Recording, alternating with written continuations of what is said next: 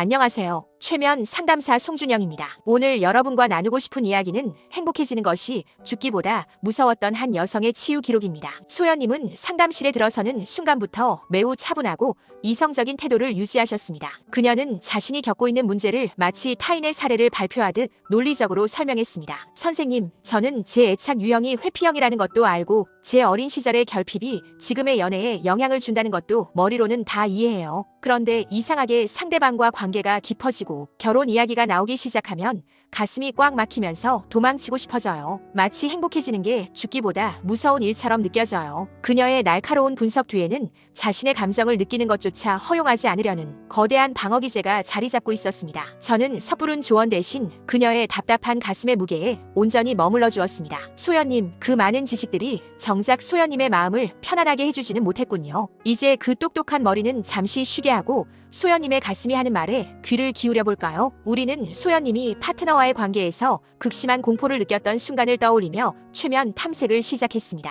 눈을 감고 그 장면 속으로 들어가자 소연님은 금세 호흡이 가빠지며 명치가 딱딱하게 굳는 통증을 호소했습니다. 가슴에 커다란 바위가 얹힌 것 같아요. 숨을 쉴 수가 없어요. 고통의 점수가 9점까지 올라갔습니다. 저는 그녀의 손등과 쇄골 부근을 가만히 두드리며 감정 자유 기법인 EFT를 시작했습니다. 비록 이 행복이 곧 재앙으로 변할 것 같아 숨이 막히지만 이런 나를 온전히 받아들입니다. 태핑이 반복되자 굳어있던 호흡이 조금씩 풀리기 시작했고 그 감정의 다리를 타고 소연님의 무의식은 시간을 거슬러 올라갔습니다. 가장 먼저 멈춰선 곳은 고등학생 시절의 어느 밤이었습니다. 첫사랑과의 이별을 앞두고 느꼈던 처절한 고립감이 최근의 사건과 똑같은 색깔로 그녀를 짓누르고 있었습니다. 하지만 무의식은 거기서 멈추지 않았습니다. 더 이전으로 이 느낌이 시작된 최초의 순간으로 유도하자 소연님의 몸이 미세하게 떨리기 시작했습니다. 그리고 아이 같은 목소리가 흘러나왔습니다. 엄마가 울고 있어요. 주방불도 끄고 혼자 바닥에 앉아서요. 아빠는 오늘도 안 와요. 나는 4살인데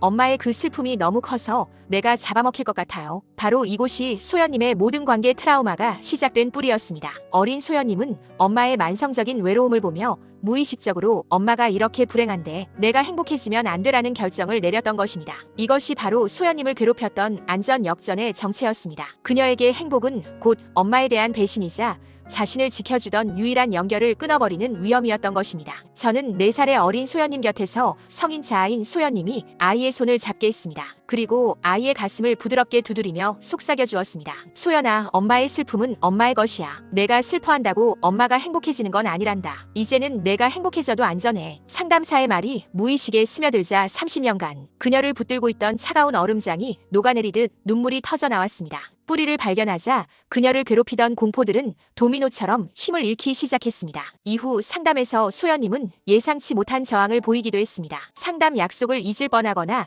최면의 효과를 다시 분석하려 드는 모습이었습니다. 저는 이것이 치유가 본격화되면서 무의식이 느끼는 마지막 바라김을 직감했습니다. 소연님, 지금 소연님 안에 보호자가 비명을 지르고 있네요. 소연님이 나아지면 정말로 위험해질까봐 필사적으로 막아서고 있는 거예요. 우리는 이 목소리를 안전지킴이라고 부르며 대화를 시도했습니다. 이 부분은 소연님이 완전히 행복해지면 나중에 버림받을 때 더 아플까봐 차라리 지금 적당히 불행한 상태를 유지하려 했던 것입니다. 저는 이 마음의 수고를 깊이 수용해 주었습니다. 비록 내 마음의 일부가 나를 보호하기 위해 행복을 밀어내고 있지만 나는 이 부분의 노력을 인정합니다. 긴장이 풀리자 소연님은 비로소 아프지 않아도 나를 지킬 수 있다는 새로운 선택을 내릴 수 있었습니다. 소연님은 일상에서도 불안이 올라올 때마다 스스로 가슴을 두드리며 내면 아이를 달래주었습니다. 최근 진행된 상담에서 소연님은 이전과는 전혀 다른 표정을 보여주었습니다. 어제 남자친구와 결혼식장을 보고 왔는데 예전 같으면 공황이 올 정도로 힘들었을 텐데 그냥 예쁘다는 생각이 들었다고 하셨습니다. 마음 한구석에 작은 떨림은 남아있지만 이제는 그게 저를 집어삼키지 않아요. 제가 그 떨림보다 더 커졌으니까요. 소연님은 이제 불편함을 충분히 감당할 수 있다는 강력한 자기 확신을 얻었습니다. 소연님은 엄마의 슬픔이라는 무거운 외투를 벗어던지고 오롯이 자신의 삶을 살기 시작했습니다. 감정은 억누르는 것이 아니라 마주할 때 비로소 자유로워집니다. 소연님이 되찾은 그 평온함이 앞으로의 삶에서 더욱 깊고 풍성하게 피어나기를 진심으로 응원합니다.